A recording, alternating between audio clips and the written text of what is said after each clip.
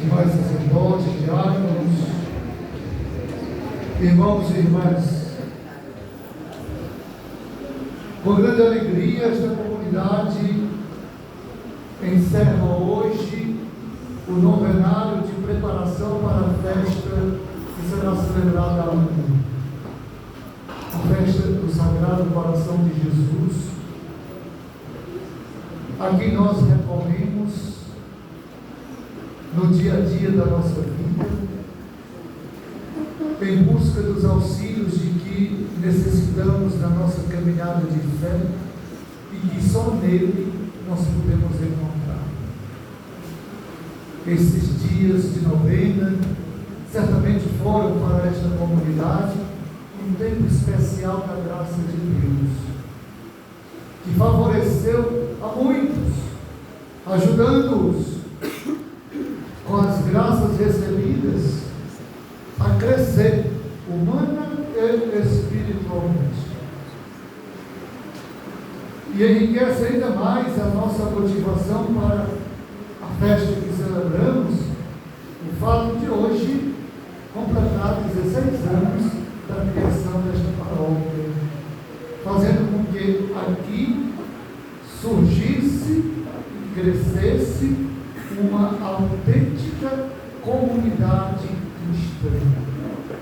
E de fato, olhando o número expressivo de fiéis que hoje aqui estão presentes, e certamente estiveram igualmente presentes no decorrer de todo o novenário, vê-se com clareza que a graça de Deus nesta comunidade não tem sido em vão.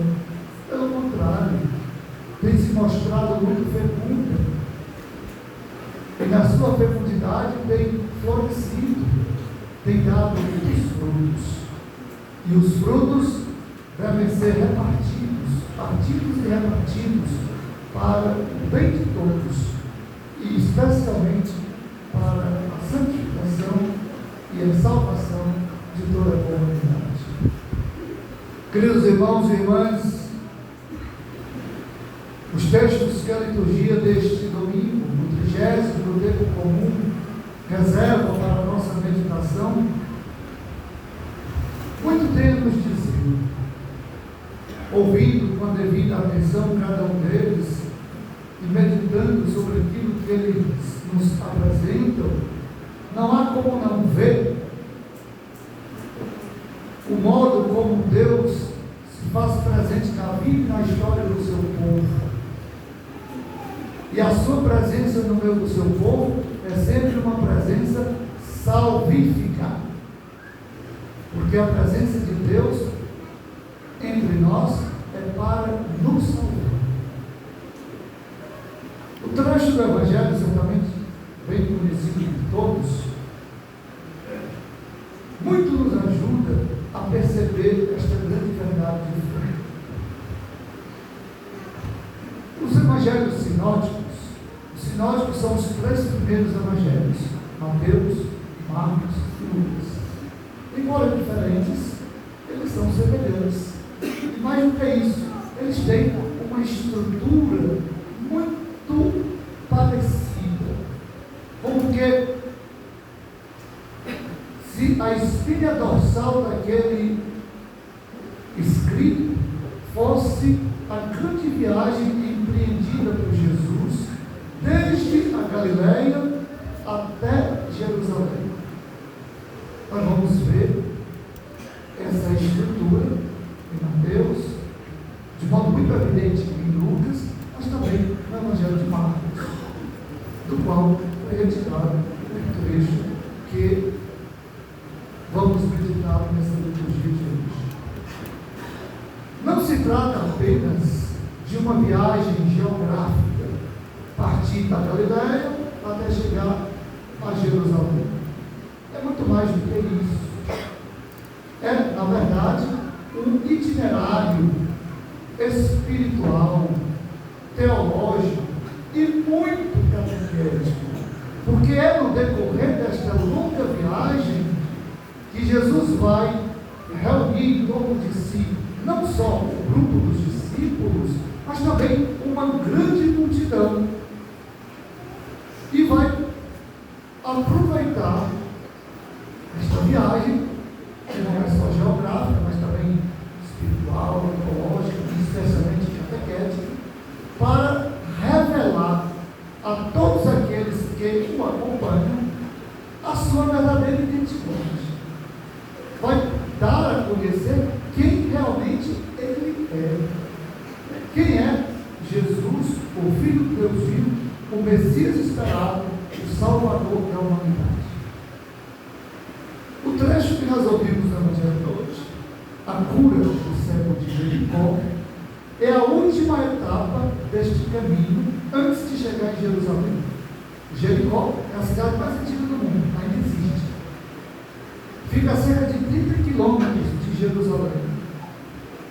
De Jericó para Jerusalém é uma grande subida, porque enquanto Jerusalém está a mais de 1000 metros acima do nível do mar, Jericó está a 300 metros abaixo do nível do mar, lá no Vale do Jordão. Era uma cidade muito próspera, como ainda é. Justamente porque, estando nas proximidades de Jerusalém, era por ali que passaram todas as caravanas que vinham do norte para as famosas peregrinações dos judeus em Jerusalém, que, como sabemos, eram especialmente 3. Então, em cada uma daquelas ocasiões, multidões, muitas caravanas por ali passavam.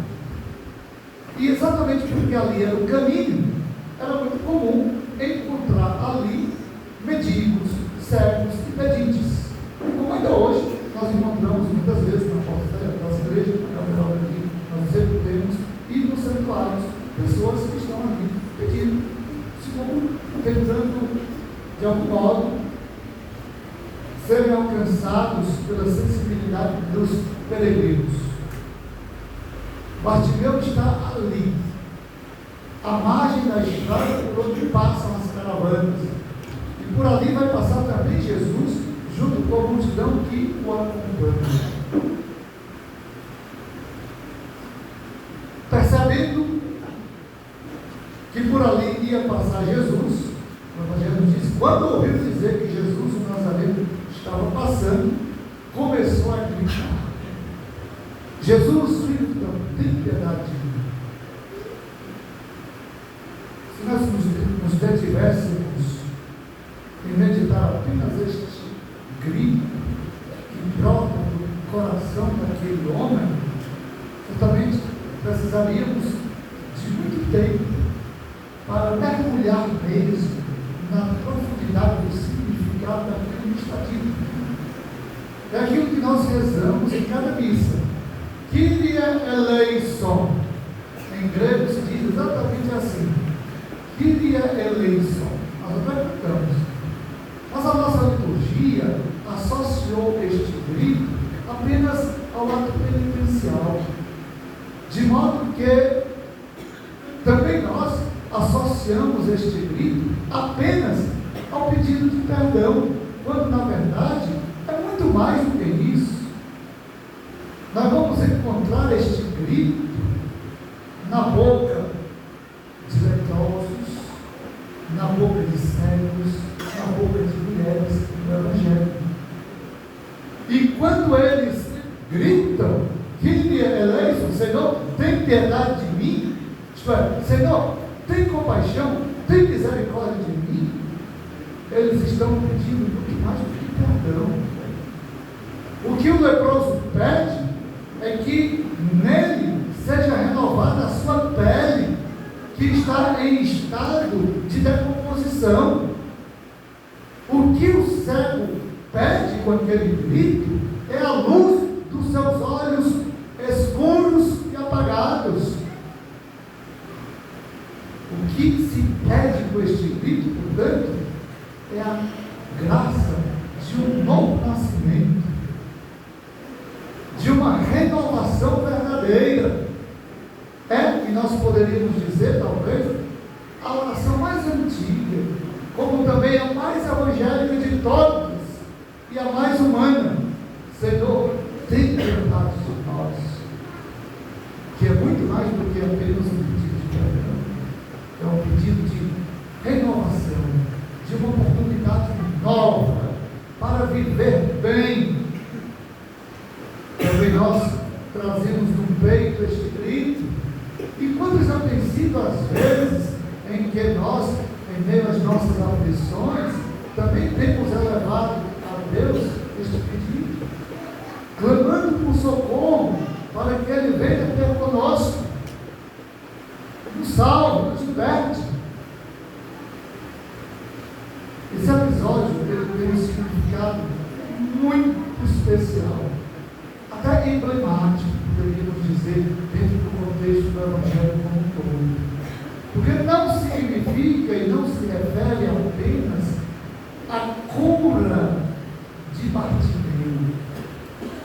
Esse episódio foi colocado aqui, justamente no fim da estrada, antes da subida para Jerusalém, como o último dos milagres realizados por Jesus no Evangelho de Marcos, para nos dizer que se trata do retrato do discípulo que Jesus deseja. O retrato do discípulo que Jesus deseja, nós encontramos em Bartimeu. Por quê? Porque ele foi capaz de passar da escuridão, da cegueira, para a luz.